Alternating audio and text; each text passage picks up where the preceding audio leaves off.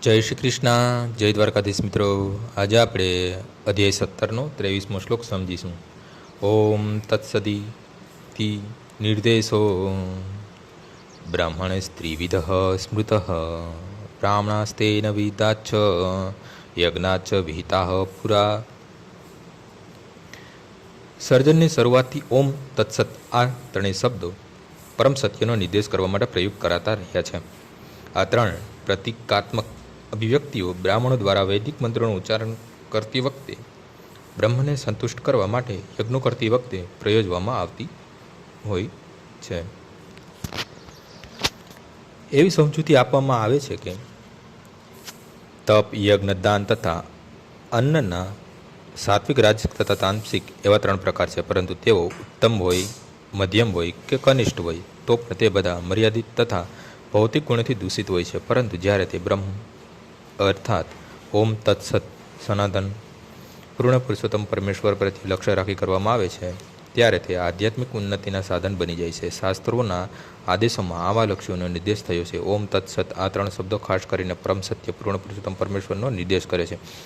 વેદ મંત્રમાં ઓમ શબ્દ હંમેશા જોવામાં આવે છે.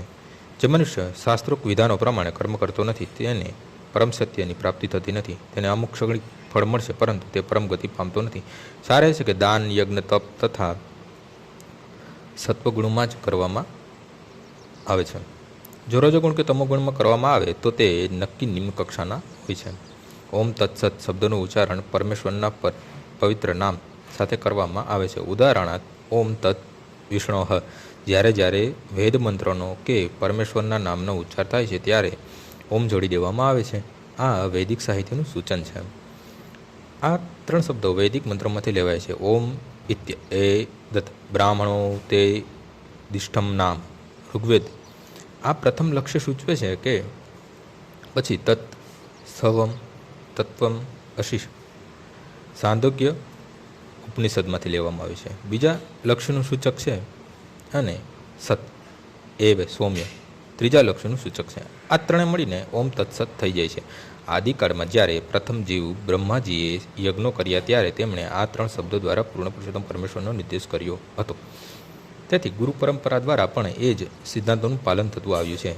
માટે આ મંત્રોનું ઘણું મહત્ત્વ છે. તેથી ભગવદ્ ગીતા ભલામણ કરે છે કે કોઈ પણ કાર્ય ઓમ તત્સત માટે અર્થાત પૂર્ણ પુરુષોત્તમ પરમેશ્વર પ્રત્યે કરવું જોઈએ.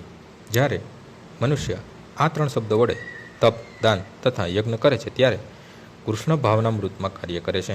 કૃષ્ણ ભાવનામૃત દિવ્ય કાર્યનું વૈજ્ઞાનિક અમલીકરણ છે. તેનાથી મનુષ્ય ભગવદ્ ધામમાં પાછો જઈ શકે છે. આવી દિવ્ય રીતે કર્મ કરવાની શક્તિનો ક્ષય થતો નથી. આજનો શ્લોક અહીં પૂર્ણ થાય છે. આવતીકાલે ફરીથી સવારે 6 વાગ્યે મળીશું. જય શ્રી કૃષ્ણ.